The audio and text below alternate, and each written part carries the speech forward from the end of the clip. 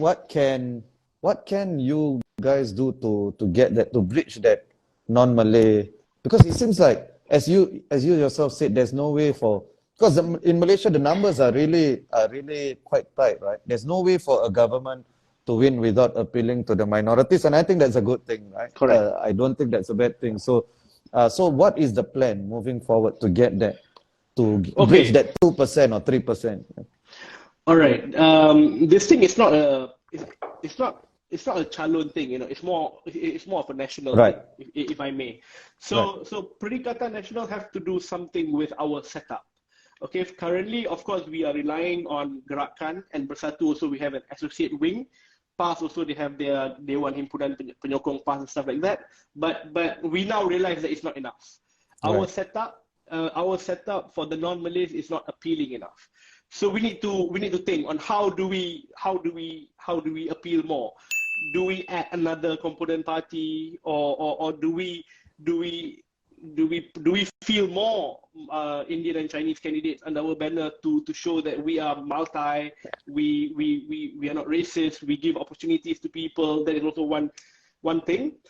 Or rather Bersatu will have to think about, do we need to stay as a Malay Bumi-Putra party until today, or do we need to open up ourselves to be more multiracial party, more multiracial setup, like PKR and Keadilan and stuff like that?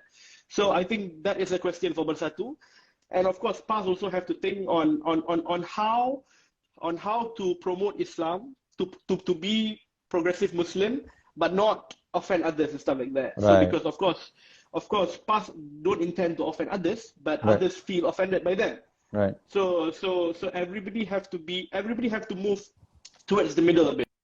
So now I think for Bersatu, that's what we are already doing now.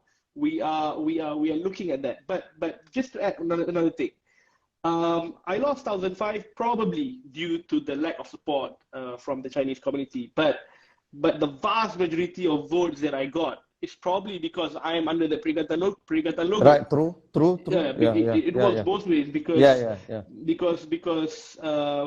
for example, if a Malay used to vote for UMNO or Pakatan Harapan, and now Perikatan Nasional is in the fray, these are the people who came to us, because we don't have vote base. Because this is the first time that we are contesting, we don't have a fixed vote. We don't have fixed vote. So we steal from people.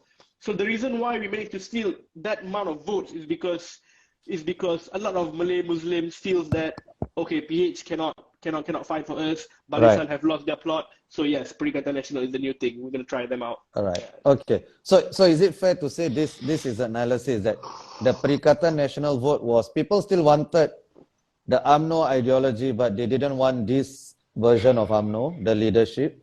So they wanted a cleaner UMNO, and Perikatan Nasional is there.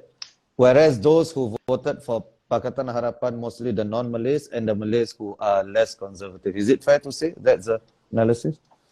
Yes, it is fair to say that. I think you got it quite right, because Bersatu, the purpose of Bersatu is to be a substitute for UMNO. So our core principles are the same. We are focusing on Malay Bumi-Putras. We are focusing on Islam as well. We are focusing on the royal institution and stuff like that. But we want to replace UMNO as the sole Malay party. So we have managed to do that. Like I said, now we are neck to neck with UMNO. Right. And this election was an election to kill Barisan Nasional, so they lost a lot of seats. Right. And yes, you're right. The more progressive, the urban Malays, the urban Malays are still with PH, because probably because Selangor and Penang have been under PH since 2008. And a lot of Malays who have been living in Selangor and Penang don't see any harm in choosing PH and stuff like that. So for them to move to Perikatan Nasional, it's another step forward that we have to work towards, because they are used to the PH style of governing.